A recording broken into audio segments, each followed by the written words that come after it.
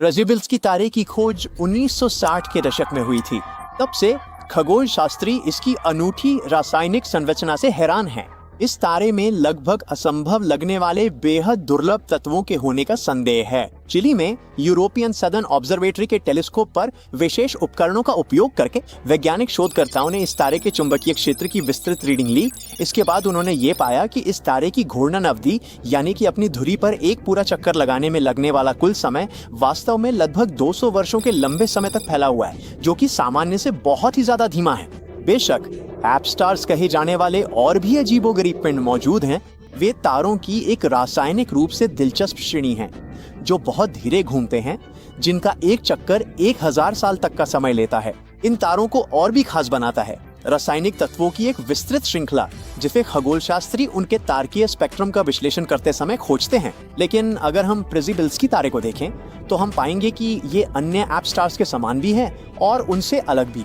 इसमें लोहे और निकल की मात्रा असामान्य रूप से कम है, हमारे सूर्य में 10 गुना अधिक है, और दुर्लभ भारी तत्वों की मात्रा अविश्वसनीय रूप से अधिक है। इनमें स्ट्रोंटियम, सीजियम और नियोडिमियम के साथ साथ कम से कम 2 अनखोजे तत्व शामिल हो सकते हैं। वे किसी भी ऐसी प्राकृतिक प्रक्रिया से उत्पन्न नहीं होंगे जिन्हें हम वर्तमान में समझते हैं। एक परिकल्पना है कि ऐसे भारी तत्वों की उपस्थिति तारे के किसी अनदेखे साथी जैसे न्यूट्रॉन तारे के कारण हो सकती है। कुछ लोग तो यहाँ तक कहते हैं कि ऐसी अविश्वसनीय रासायनिक संरचना एलियन टेक्नो सिग्नेचर का संकेत हो सकती है। कोई भी विशेषज्ञ आपको बताएगा कि ये उनके द्वारा देखा गया अब तक का सबसे अजीब तारकी स्पेक्ट्रम है। कुछ तो ये भी दावा करते हैं कि इसमें इतनी सारी रासायनिक संकेतक रेखाएं हैं कि तारे के स्पेक्ट्रम को देखते समय आप तुरंत समझ नहीं पाते कि आप क्या देख रहे हैं। प्रिज़िबिल्स्की तारे में अत्यधिक उच्च स्तर के रेडियोधर्मी तत्व भी मौजूद हैं, जिन्हें पूरी तरह क्षय होने में कुछ हजार साल लगते हैं। और यहीं पर एक और गहरा रहस्य छिपा हुआ है, उन्हें तारे से बहुत पहले ही गायब हो जाना चाहिए था। आखिरकार ये लगभग 1.5 अरब साल पुराना है। वैज्ञानिक अभी तक इन तत्वों की उपस्थिति का कारण नहीं समझ पाए हैं। शायद ये तारे के दुर्लभ गुणों का मेल है। ये बहुत धीरे घूमता है, गर्म है और इसका चुंबकीय क्षेत्र बहुत शक्तिशाली है। ये उन परमाणुओं को सतह पर ला सकता है जो सामान्य रूप से तारे के अंदर मिश्रित होते हैं। एक और सिद्धांत है जो इन रेडियोधर्मी तत्वों की उपस्थिति की व्याख्या करता है। वे वहां ऐसे हो सकते हैं जैसे कि वे स्वयं उन अति भारी तत्वों के क्षय रूप हों जिन्हें हमने अभी तक खोजा नहीं है। अब तक कोई भी इस सिद्धांत को साबित नहीं कर पाया है। यहाँ तक कि प्रिज़िबिल्स्की तारे के बहुत धीमे घूर्णन की खोज भी हमें उत्तर के करीब नहीं लाती है। जाहिर है कि इस अजीब तारे के बारे में बहुत कुछ सीखना बाकी है, और कौन जानता है कि इसके पास अभी भी कौन से रहस्य छिपे हैं। एक और कम रहस्यमयी नहीं तारा है जिसे टैबी का तारा कहा जाता है। ये पृथ्वी से लगभग 1500 प्रकाश वर्ष दूर सूर्य जैसा एक गोला है जो सिग्नस द स्वान में स्थित है। हमारे सूर्य के विपरीत ये तारा बेतरतीब ढंग से 5 से 22% तक धुंधला हो जाता है और ये कई दिनों तक बना रहता है। इसका कारण तारे के सामने से गुजरने वाला कोई विशाल ग्रह हो सकता है, लेकिन फिर ग्रहण अधिक नियमित होते और इतने बेतरतीब नहीं होते। और यदि ये बृहस्पति के आकार का ग्रह होता तो इसे तारे के प्रकाश का लगभग 1% हिस्सा रोकना पड़ता, जो इसे अद्वितीय और हमारी जानकारी से परे बना देता। 2015 में अमेरिकी खगोल शास्त्री टैबिथा बोयाजियन द्वारा तारे के विशाल और अनियमित उतार चढ़ाव की खोज के बाद आगे की अवलोकन किए गए। वे दिखाते हैं कि पिछले कुछ वर्षों में तारे का कुल परिमाण धीरे धीरे कम हो रहा है। इस घटना को समझाने की कोशिश करने वाले कुछ सिद्धांत काफी विश्वसनीय हैं। उदाहरण के लिए कुछ वैज्ञानिकों का मानना है कि चमक में ये बदलाव तारे के आंतरिक कारणों से हैं। वे इसके चुंबकत्व या इसके आंतरिक भाग में ऊष्मा प्रवाह में परिवर्तन के कारण हो सकते हैं। अन्य विचार अधिक साहसी हैं, जिनमें किसी परग्रही सभ्यता की कुछ प्रकार की गतिविधियां शामिल हैं। हालांकि सबसे प्रशंसनीय सिद्धांतों में से एक ये है कि धुंधलापन एक अनाथ एक्सोमून के टुकड़ों के कारण होता है। टैबी स्टार के साथ गुरुत्वाकर्षण क्रियाओं द्वारा इसे इसके मूल ग्रह से दूर खींचा जा सकता था। जैसे ही चंद्रमा तारे के करीब पहुंचा, वो फट गया, जिससे धूल के बादल तारे की कक्षा में चले गए। चट्टान और धूल के ये अनगिनत टुकड़े अब टैबी स्टार और पृथ्वी के बीच एक विशाल गुच्छेदार बादल के रूप में घूम रहे हैं। ये वास्तव में समझा सकता है कि हम चमक में इस तरह के अनियमित बदलाव क्यों देखते हैं।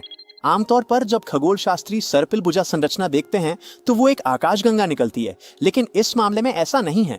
SAO 206462 जो हमारे ग्रह से 460 प्रकाश वर्ष दूर स्थित है, एक युवा तारा है। ये गैस की एक गोलाकार डिस्क और स्पष्ट रूप से परिभाषित सर्पिल भुजाओं से घिरा हुआ है। हवाई में स्थित सुबारू टेलीस्कोप की मदद से एक एक्सोप्लैनेट खोज के दौरान इस विचित्र तारे का पता चला था। एक युवा तारे के चारों ओर पूर्ण विकसित ग्रहों को खोजने के बजाय खगोलविदों ने उन ग्रहों की खोज की जो अभी भी बन रहे थे। ये नन्हे ग्रह तारे के चारों ओर गैस और धूल की डिस्क से बाहर निकल रहे हैं। डिस्क लगभग 80 खगोलीय इकाइयों तक फैली हुई है, जो प्लूटो की कक्षा से दोगुनी है। इनमें से कम 2 ग्रहों ने डिस्क को उसके अत्यंत असामान्य सर्पिल आकार में खींच दिया है। प्रत्येक भुजा के लिए एक अलग ग्रह जिम्मेदार है। हमारी अपनी आकाशगंगा में एक विशाल तारा है जो वास्तव में एक तारकीय पवन मशीन है। फिलहाल ये दानव बस फटने और पृथ्वी की ओर विकिरण और गर्म गैस की लहर भेजने का इंतजार कर रहा है, क्योंकि ये एक वुल्फ राइट है, एक तारा जो सुपरनोवा बनने से पहले उस अनिश्चित बिंदु पर है। इसके कोर में अब जलने के लिए हीलियम नहीं बचा है। इसके बजाय तारा ऑक्सीजन जैसे बहुत भारी तत्वों को मथने के लिए मजबूर हो जाता है। दुर्भाग्य से ये गुरुत्वाकर्षण और संलयन के बीच के नाजुक संतुलन को बिगाड़ देता है, जिससे तारा अपनी परतें छोड़ने लगता है। जब ऑक्सीजन आखिरकार खत्म हो जाएगी तो तारा सुपरनोवा बन जाएगा। लेकिन इस बार नजारा कुछ अलग होगा। बात यह है कि WR104 एक बाइनरी जोड़ी का आधा हिस्सा है, जिसका अर्थ है कि 2 तारे एक दूसरे को ऊर्जा दे रहे हैं और अपनी तारकीय हवाओं को तेज कर रहे हैं। ये तब तक जारी रहेगा जब तक कि वे अविश्वसनीय रूप से तेज न होने लगे। क्या संभावित विस्फोट पृथ्वी को नुकसान पहुंचाने वाला है? एक तरफ हम इतने दूर हैं कि एक सीधा सुपरनोवा भी हमारे ग्रह को नुकसान नहीं पहुंचा पाएगा। साथ ही एक बेहद खतरनाक गामा रे बर्स्ट का भी खतरा है। हमारे लिए सौभाग्य की बात है कि वुल्फ राइट को गामा रे बर्स्ट पैदा करने के लिए घटनाओं के एक बहुत ही विशिष्ट और असंभव क्रम की आवश्यकता होती है। इसके अलावा अगर ऐसा होता भी है तो तारे का रुख हमसे काफी दूर हो सकता है, जिससे खतरा टल जाए। खैर, खगोल शास्त्री अभी भी सावधानी के तौर पर तारे पर नजर रख रहे हैं। सेंटोरस तारा मंडल में स्थित एक तारा एक ऐसा रहस्य छिपाए हुए है जिसके बारे में बहुत कम लोग जानते हैं। पहली नजर में ये एक धुंधले सफेद बौने तारे जैसा दिखता है, लेकिन जब खगोल शास्त्रियों ने इसका विश्लेषण किया तो ये अविश्वसनीय रूप से सघन निकला। सूरज के द्रव्यमान को लें और उसे किसी ऐसी चीज में भर दें जो पृथ्वी के व्यास का केवल 1/3 हो। अंतरिक्ष का ये अजूबा काफी ठंडा भी है। इसके केंद्र का तापमान मात्र 11,900 डिग्री फ़ारेनहाइट है। तुलना के लिए सूर्य के केंद्र का तापमान लगभग 2,70,00,000 डिग्री फ़ारेनहाइट है। इतने कम तापमान पर तारे कंपन करने लगते हैं और फिर वैज्ञानिक इन कंपनों का उपयोग तारे के अंदर झांकने के लिए कर सकते हैं। और विचाराधीन तारे के मामले में, जिसका नाम बाद में लूसी रखा गया, उन्होंने पाया कि इसका कार्बन कोर क्रिस्टलीकृत हो गया था। दूसरे शब्दों में, इसने आकार में 10 अरब ट्रिलियन कैरेट का एक विशाल हीरा बना लिया। लूसी की खोज के बाद से कुछ अन्य क्रिस्टलीकृत तारे भी देखे गए हैं। उनमें से कुछ के पास हमारे ग्रह के आकार के हीरे के दिल हैं। आज का आखिरी अजीबोगरीब तारा वेगा कहलाता है और ये चपटा है। तारे की उभरी हुई कमर इसकी अत्यधिक उच्च घूर्णन गति के कारण है। वेगा हर 12.5 घंटे में एक बार घूमता है। ये इसके भूमध्य रेखा के आसपास की सामग्री को बाहर की ओर धकेलता है। ये ग्रेविटी डार्किंग नामक घटना की ओर भी ले जाता है। जब तारे के केंद्र से दूर की तारकीय सामग्री कम गुरुत्वाकर्षण का अनुभव करती है, जो इसे ठंडा और गहरा बनाती है। इसलिए जब वेगा का ध्रुव पृथ्वी की ओर होता है तो ये बिल्कुल गोल दिखाई देता है। लेकिन इसके बीच के चारों ओर का काला प्रभामंडल वेगा के चपटे आकार का एक स्पष्ट संकेत है।